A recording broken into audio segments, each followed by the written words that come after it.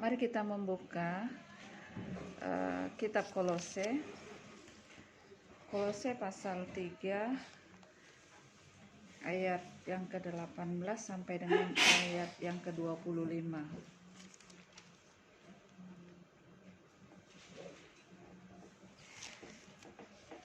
Kolose pasal 3 ayat 18 sampai dengan ayat 25. Ini sebuah kitab yang ditulis oleh Rasul Paulus kepada jemaat yang ada di Kolose. Kalau sudah menemukan bagian firman Tuhan ini, saya akan membacakannya untuk kita. Judul yang ditulis oleh Lai, hubungan antara anggota-anggota rumah tangga. Hai istri, istri tunduklah kepada suamimu sebagaimana seharusnya di dalam Tuhan. Hai suami-suami, kasihilah istrimu dan janganlah berlaku kasar terhadap dia. Hai anak-anak, taatilah orang tuamu dalam segala hal, karena itulah yang indah di dalam Tuhan. Hai bapak-bapak, janganlah sakiti hati anakmu, supaya jangan tawar hatinya. Hai hamba-hamba, taatilah tuanmu yang di dunia ini dalam segala hal. Jangan hanya di hadapan mereka saja untuk menyenangkan mereka, melainkan dengan tulus hati karena takut akan Tuhan. Apapun juga yang kamu perbuat, perbuatlah dengan segenap hatimu seperti untuk Tuhan dan bukan untuk manusia. Kamu tahu bahwa dari Tuhanlah kamu akan menerima bagian yang ditentukan bagimu sebagai upah. Kristus adalah Tuhan dan kamu hambanya. Barang siapa berbuat kesalahan, ia akan menanggung kesalahan itu, karena Tuhan tidak memandang orang. Puji Tuhan untuk pembacaan firman Tuhan ini. Tema renungan firman Tuhan untuk kita pada pagi hari ini adalah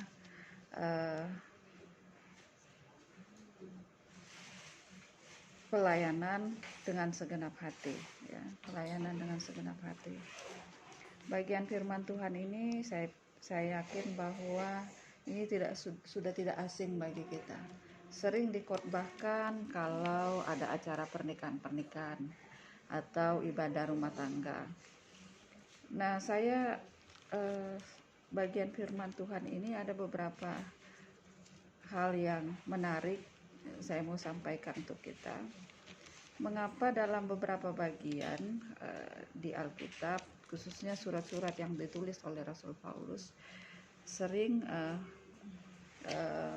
menyinggung masalah istri dengan suami, suami dengan istri, anak dengan orang tua, dan hamba dengan Tuhan. Hamba dengan tuannya atau tuan dengan hambanya. Mengapa? Karena 3 hubungan ini yang paling rentan. 3 hubungan ini paling rentan, antara suami dengan istri, anak dengan orang tua, tuan dengan hamba, atau hamba dengan tuannya. Ini hubungan yang dekat tapi paling rentan. Kita bisa lihat di kehidupan nyata kita. Ada banyak hubungan yang tidak harmonis, ya, antara suami dengan istri, walaupun telah dipersatukan dalam sebuah ikatan yang kudus. Bahkan dengan komitmen yang dibacakan ketika memulai hubungan, ketika dalam dunia pacaran, ya, selalu berjanji sampai kepada memasuki jenjang pernikahan di pemberkatan. Bahkan komitmen itu pun dibacakan di hadapan Tuhan, di hadapan pendeta, di hadapan jemaat. Tetapi kenyataannya sering kita lihat bahwa kita tidak bisa pungkiri selalu ada persoalan antara suami dengan istri. Lalu yang kedua, antara orang tua dan anak. Ini hubungan yang paling dekat juga paling rentan. Kita juga melihat bahwa ada anak yang tidak menghargai orang tua. Ada orang tua yang tidak menyayangi anaknya. Ya. Ada orang tua yang tega menghabisi anaknya. Ada anak yang tega menghabisi orang tuanya. Ya. Kemudian antara tuan dengan hamba.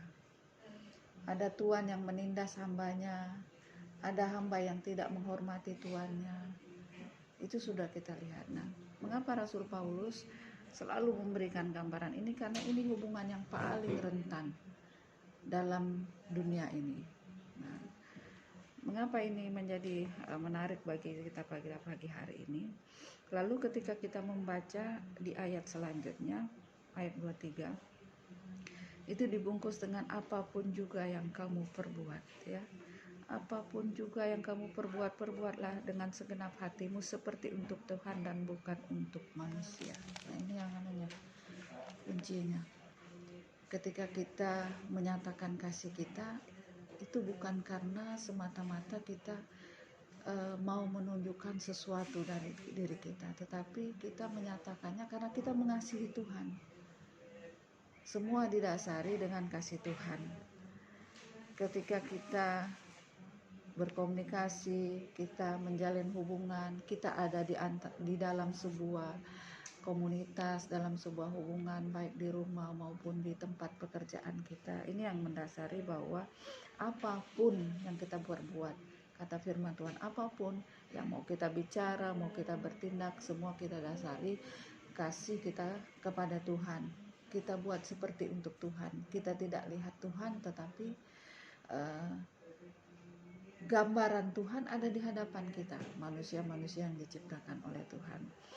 Saya senang sebuah lagu ada, ku kasih dikau dengan kasih Tuhan, ku kasih dikau dengan kasih Tuhan, ku lihat di wajahmu kemuliaan Raja, ku kasih dikau dengan kasih Tuhan.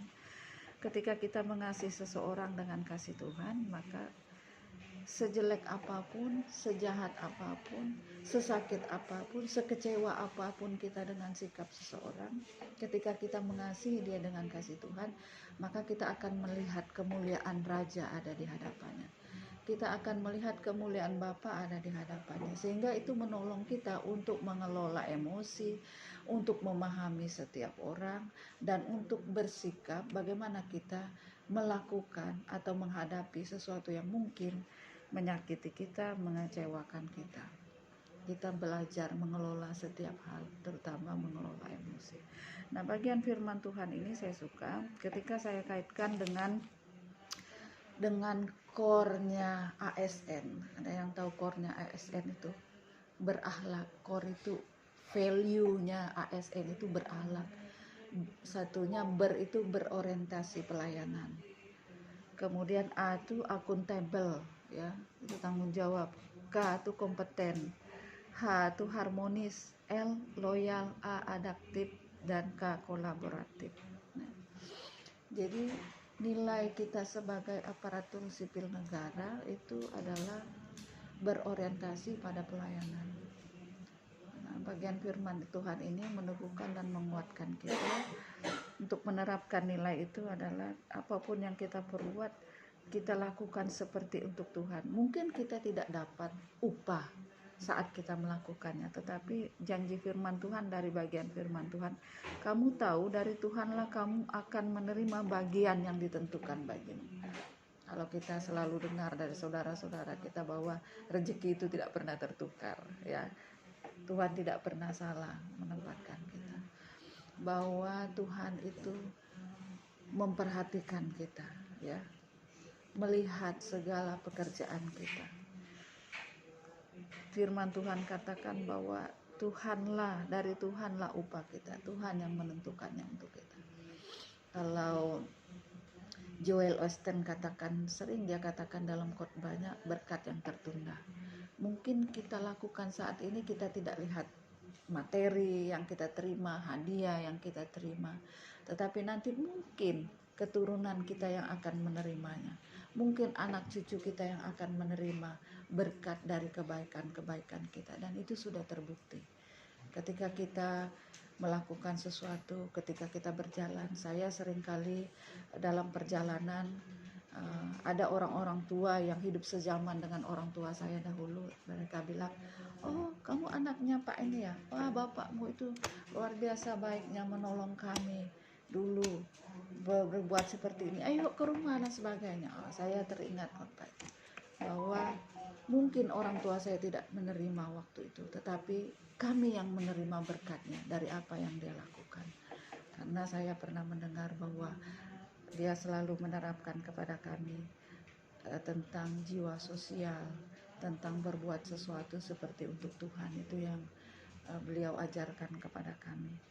Dan ini yang menjadi kekuatan bagi kita dalam kita menjalani tugas dan tanggung jawab kita. Memang dinamika pekerjaan itu luar biasa. Kadang kita bisa kecewa, kadang kita bisa lelah, itu manusiawi.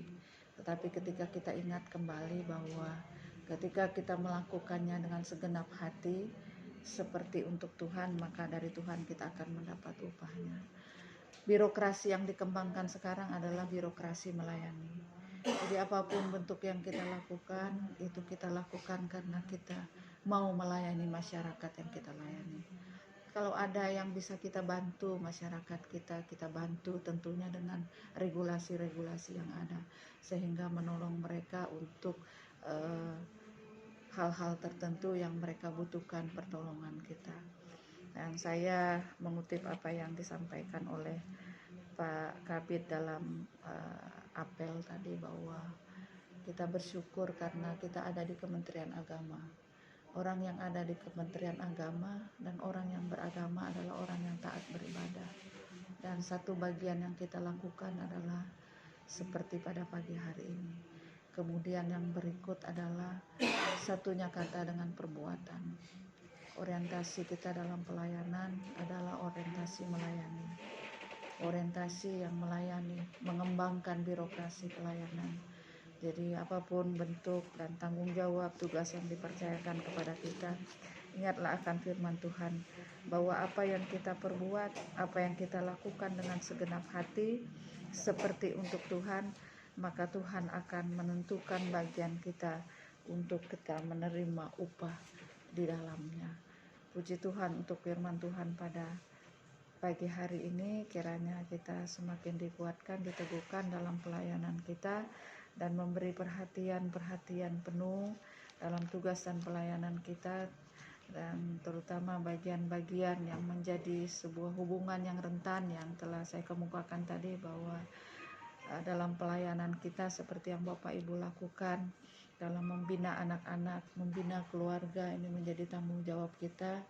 Dan yang diikuti oleh Ibu Agatha terkait dengan Kabupaten Layak Anak, itu juga terkait dengan bagaimana kita mengembangkan pola hubungan yang baik dalam rumah tangga, baik antara suami, istri, anak-anak, dan ketika kita di tempat pekerjaan yang menjadi bahan perenungan kita pada pagi hari ini, bagaimana kita mengembangkan pola hubungan yang baik, sehingga apa yang kita lakukan seperti yang firman Tuhan harapkan, kita lakukan seperti untuk Tuhan, dan maka Tuhan akan memberkati kita. Puji Tuhan.